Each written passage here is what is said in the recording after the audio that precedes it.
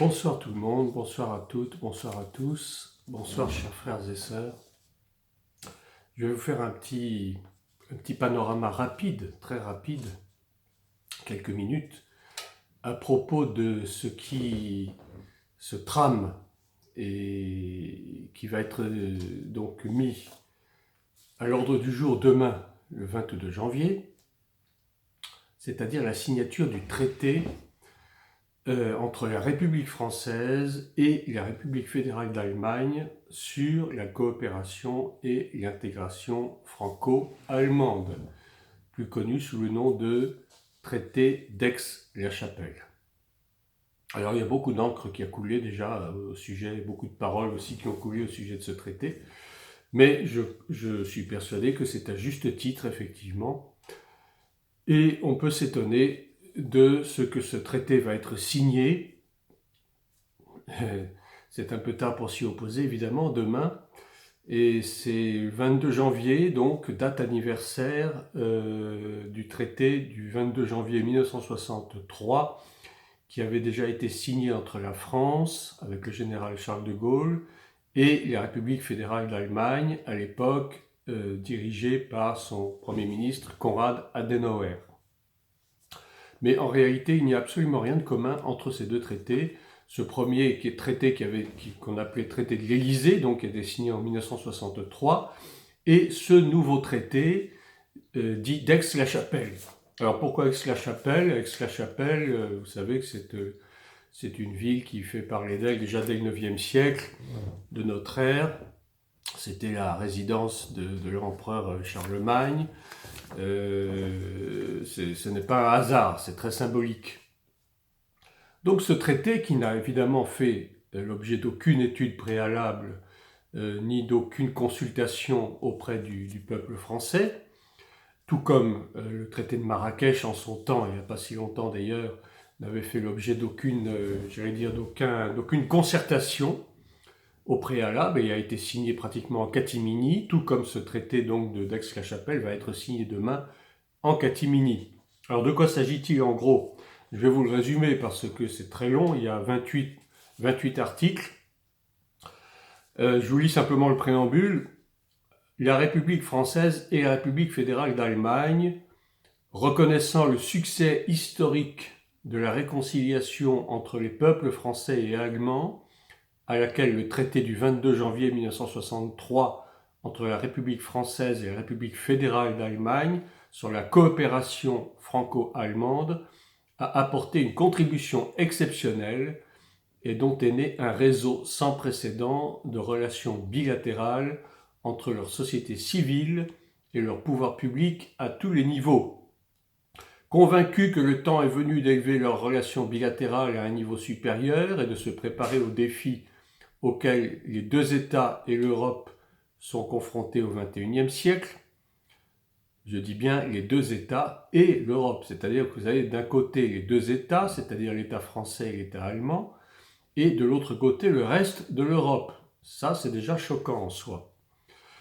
Et souhaitant faire converger leurs économies et leurs modèles sociaux, favoriser la diversité culturelle et rapprocher leurs sociétés et leurs citoyens.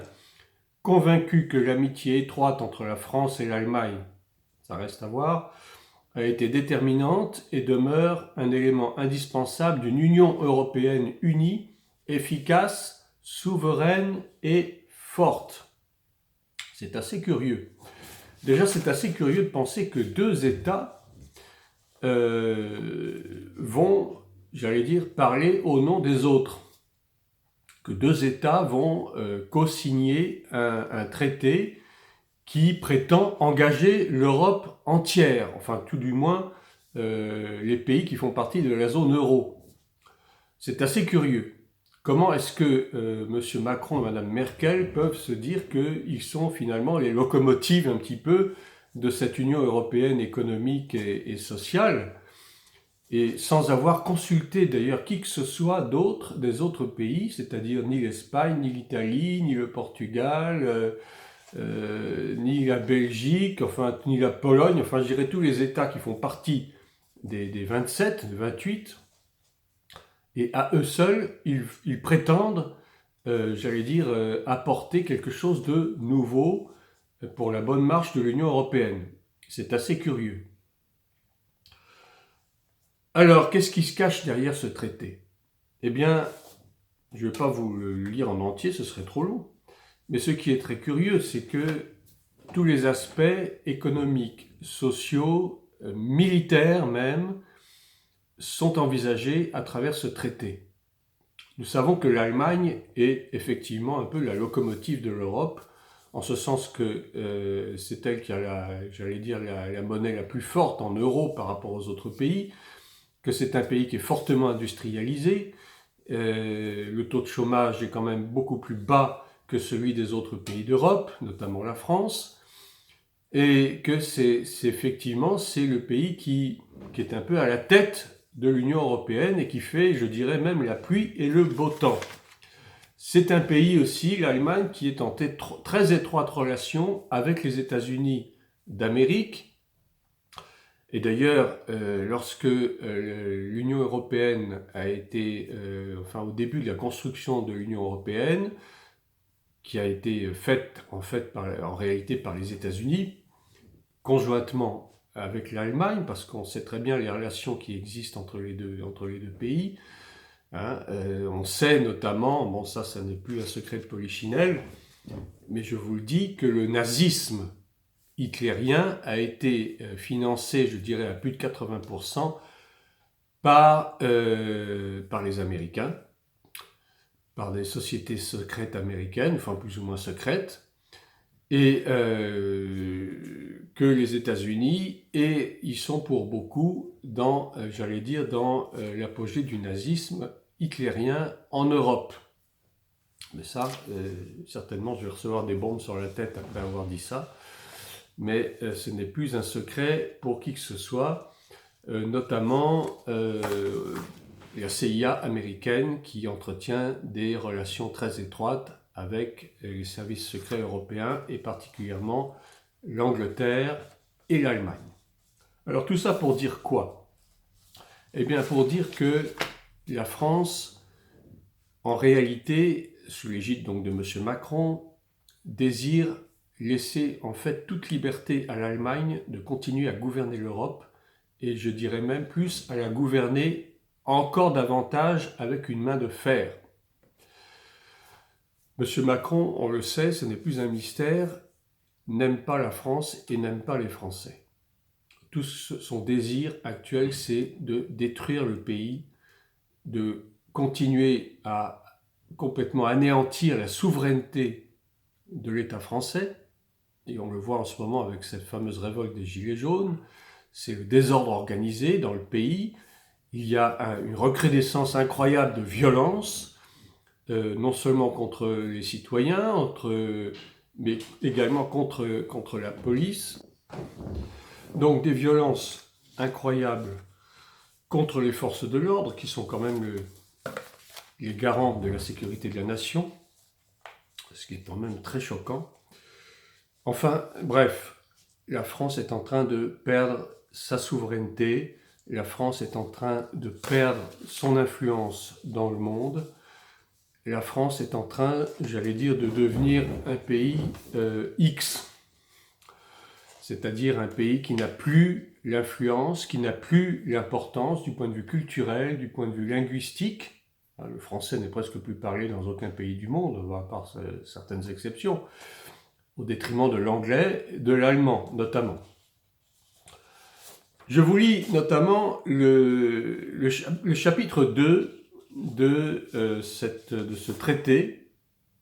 Alors le chapitre 1er parle des affaires européennes. Les deux États approfondissent leur coopération en matière de politique européenne. Ils agissent en faveur d'une politique étrangère et de sécurité commune, efficace et forte, etc. Ça laisse un peu rêveur parce qu'il ne s'agit en fait pas du tout d'approfondir quoi que ce soit. En fait, M. Macron a tout bonnement demandé à Mme Merkel de prendre un engagement sur le principe de la mutualisation des dettes au sein de la zone euro.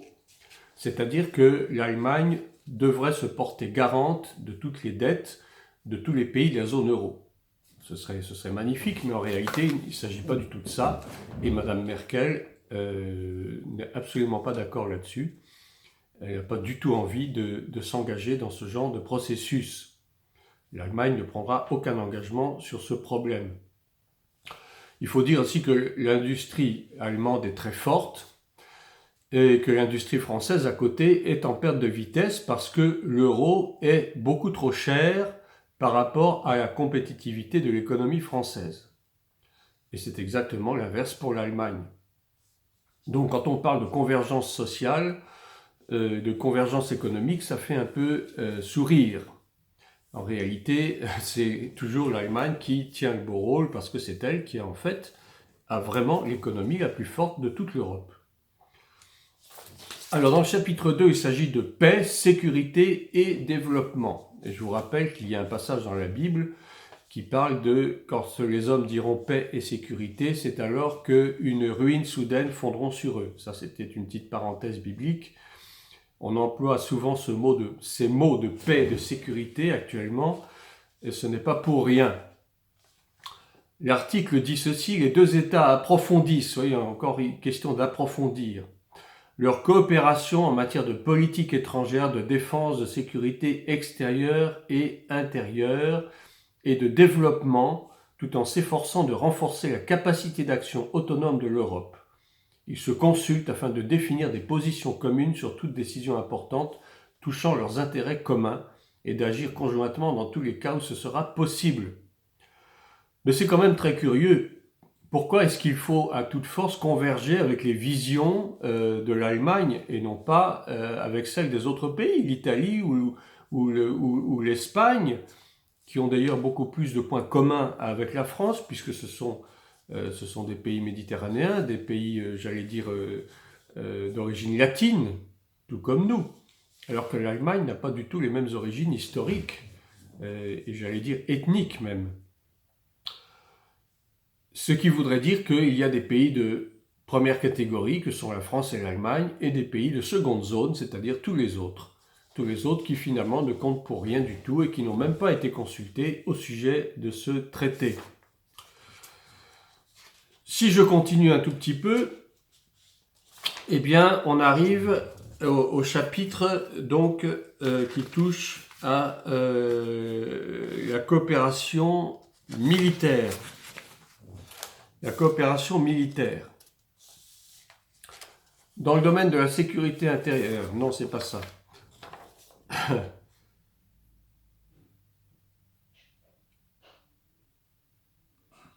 Oui. Excusez-moi, je me perds dans mes papiers. Alors.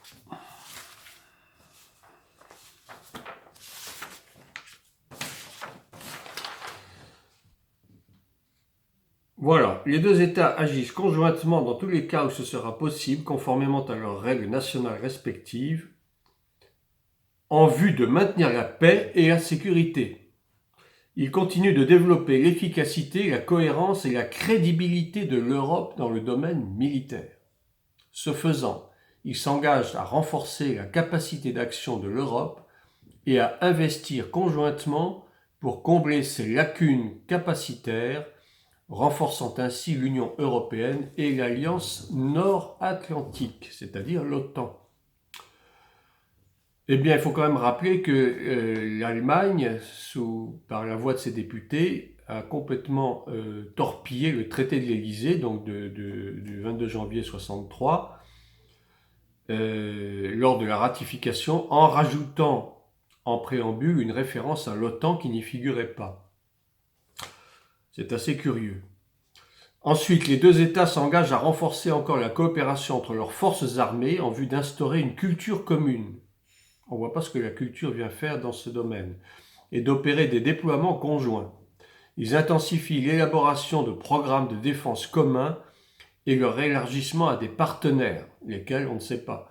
Ce faisant, ils entendent favoriser la compétitivité, qui est un terme économique, et la consolidation de la base industrielle et technologique de défense européenne, etc., etc. Les deux États élaboreront une approche commune en matière d'exportation d'armements, en ce qui concerne les projets conjoints. Assez curieux. Armement. Donc exporter des armes, ce serait quelque chose d'important.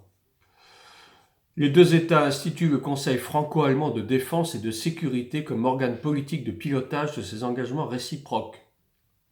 Ce Conseil se réunira au plus haut niveau à intervalles réguliers. C'est très dangereux. C'est très dangereux. Ça veut dire que, en fait, l'Allemagne sera la tête de pont du point de vue militaire. Et ça nous rappelle quand même quelques mauvais vieux souvenirs des deux premières guerres mondiales où l'Allemagne et la France étaient quand même opposées, et c'est l'Allemagne qui voulait en réalité déjà mener la baguette, qui avait pris donc la tête du train. On se souvient très bien de tout ce qui s'est passé ensuite, de cette catastrophe internationale, de cette catastrophe mondiale qui avait comme origine donc l'Allemagne. Donc une fois de plus, l'Allemagne est forte de ses prérogatives de vouloir mener l'Europe à sa guise. C'est tout, j'allais dire, c'est tout ce qui ressort de ce traité. Je ne vais pas vous lire la suite. D'ailleurs, vous pouvez chacun vous procurer le texte de ce traité sur Internet. Il suffit de taper dans Google traité d'Aix-la-Chapelle, texte, vous l'aurez en PDF, vous pouvez l'imprimer, vous pouvez le lire. J'en ferai certainement pas une lecture de chevet, n'ayez crainte, mais je l'ai lu et analysé assez rapidement, simplement pour vous faire part de mon ressenti qui n'est absolument pas du tout favorable. Et pour terminer, je voulais vous lire un extrait d'un excellent livre d'un économiste qui s'appelle Pierre Hillard, et je me permets de lire un extrait de son livre qui s'appelle « La marche irrésistible du nouvel ordre mondial ». Donc je cite mes sources pour ne pas avoir de problème avec l'auteur, je me permets, et qui relate justement, il y a un petit chapitre sur l'économie allemande, les atouts particuliers de l'économie allemande. Et c'est un livre qui a été écrit en 2006, si je ne m'abuse, en juin 2006. Donc, j'allais dire, ce sont presque des écrits prophétiques, si on peut dire, entre guillemets. Parler de l'économie allemande, c'est aligner une série de chiffres impressionnants. Les références les plus complètes du ministère de l'économie berlinois datent de 2005 et soulignent de nombreuses performances. Affichant 786,1 milliards d'euros d'exportation et 160,5 milliards d'excédents commerciaux, ça date de 2005. L'Allemagne s'affirme comme la première puissance exportatrice face aux États-Unis, c'est-à-dire les États-Unis pour 728 milliards d'euros, et la Chine pour 612 milliards d'euros. À titre de comparaison, en 2005, la France exporte pour 356 milliards d'euros, mais présente un déficit extérieur de 26 milliards. La France a toujours été très déficitaire dans son économie, et ce déficit ne fait que s'accroître. Il est à je ne sais plus combien de milliers de milliards d'euros, enfin c'est une dette abyssale, et on ne sait vraiment pas comment la pente pourrait être remontée. Ces chiffres soulignent aussi le déséquilibre profond entre les économies de part et d'autre du Rhin, interdisant toute relation d'égal à égal dans le prétendu couple franco-allemand. Vous avez bien entendu, c'est M. Pierre Hillard qui écrit ceci en 2006 dans son ouvrage « La marche irrésistible du nouvel ordre mondial » aux éditions François-Xavier de Guibert, pour ceux qui voudraient se le procurer. Ces chiffres soulignent aussi le déséquilibre profond entre les économies de part et d'autre du Rhin, interdisant toute relation d'égal à égal dans le prétendu couple franco-allemand. Même si l'économie allemande avance ses pions partout sur la planète, l'Europe reste le premier secteur de dynamisme germanique. Pour l'Allemagne, l'Europe, Russie comprise, entre pour 73,1% dans son commerce extérieur, 61,4% pour les États de l'Union européenne et 41,7% pour les États de la zone euro. L'Asie étant le deuxième partenaire commercial avec 13,6%. L'Allemagne se caractérise par de fortes exportations industrielles à hauteur de 42%. L'ensemble de ces performances permet à ce pays d'atteindre la première place en matière d'exportation mondiale. 9,6%, suivi des États-Unis, 8,9%. Oui, on ne rêve pas, l'Allemagne est en tête pour ce qui est des exportations industrielles. Inversement, les États-Unis occupent la première place pour les importations, suivi de l'Allemagne, puis de la Chine, etc. Derrière ce catalogue largement positif, la politique économique allemande consiste à renforcer sa présence dans tout l'Est européen. Depuis les années 1990, cet enracinement dans les pays de la Mitteleuropa et la Russie s'accompagne d'un atout qui fait défaut aux autres concurrents de l'Allemagne, les restes de la diaspora germanique. Après 1945, des millions d'Allemands ont été refoulés d'Europe centrale vers la mère patrie, tandis que les populations germaniques de Russie étaient déportées au Kazakhstan et en Sibérie occidentale dès 1941. Alors, vous voyez qu'il n'y a rien de nouveau sous le soleil. L'Allemagne est toujours en tête et l'Allemagne veut, une fois de plus, asseoir sa suprématie sur le monde occidental, sur l'Europe en particulier. Et ce traité d'Aix-la-Chapelle est un faux traité, qu'en réalité la France n'aura rien à gagner dedans. Au contraire, elle aura tout à perdre, parce que tout ce qu'elle va faire, c'est de vendre sa souveraineté à l'Allemagne, qui sera bien trop heureuse de pouvoir justement affirmer son autoritarisme, son despotisme, aussi bien économique que social, c'est-à-dire qu'il y aura un nivellement par le bas, non seulement des salaires, mais également des retraites et de tous les avantages sociaux dont nous avons pu bénéficier jusqu'à présent. Donc je dirais, pour terminer, c'est simplement une trahison, une haute trahison même, de la part de l'État français, une haute trahison envers le pays, envers la France et même envers le reste de l'Europe, puisque les choses se sont faites donc en secret, presque, pratiquement, sans aucune consultation internationale, et tout le monde sera mis devant le fait accompli. C'est triste, mais ça fait partie, j'allais dire, du démantèlement des nations, dans le but, bien entendu, d'instaurer le nouvel ordre mondial qui maintenant est pratiquement à nos portes et dont les contours sont de plus en plus et de mieux en mieux dessinés chaque jour que Dieu fait. Voilà, c'était un peu mon point de vue. Je suis même très fâché, mais qu'est-ce que vous voulez, tout ce qui nous reste, c'est la prière. Demander au Seigneur de nous préserver, surtout de nous garder dans la foi devant ces événements qui sont inéluctables et que l'on voit chaque jour un peu plus s'aggraver. Mais que voulez-vous qu'on fasse? Les prophéties bibliques ne font que s'accomplir et gardons la tête froide, ne paniquons pas, ça ne sert à rien, mais soyons lucides, soyons intelligents, soyons avertis, justement pour pouvoir avertir les autres, avertir ceux qui persistent à ne pas vouloir croire et qui persistent à penser que tout va bien dans le meilleur des mondes, ce qui n'est pas du tout le cas. Bonne soirée à tous, soyez bénis et à bientôt pour un prochain enseignement, qui sera vraiment un enseignement cette fois-ci.